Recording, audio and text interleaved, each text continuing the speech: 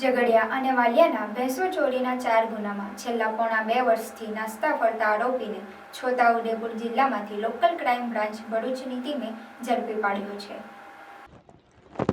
ભરૂચ જિલ્લા પોલીસ અધિક્ષક અક્ષય રાજ દ્વારા જિલ્લામાં નાસ્તા ફરતા તથા વોન્ટેડ તથા પેરોલ જમ્પના આરોપીઓને ઝડપી પાડવા અસરકારક અને પરિણામલક્ષી કામગીરી કરવા સૂચના આપેલ। જે અનુસંધાને ભરૂચ એલસીબીના પોલીસ ઇન્સ્પેક્ટર એમપી વાળાએ એલસીબીના અધિકારી કર્મચારીઓને ભરૂચ જિલ્લાના તમામ પોલીસ સ્ટેશનમાં અલગ અલગ ગુનાઓમાં નાસ્તા ફરતા તેમજ બહારના જિલ્લામાં નાસ્તા ફરતા આરોપીઓની માહિતી એકત્ર કરી આરોપીઓ શોધી કાઢી જરૂરી કાર્યવાહી કરવા માર્ગદર્શન આપેલ।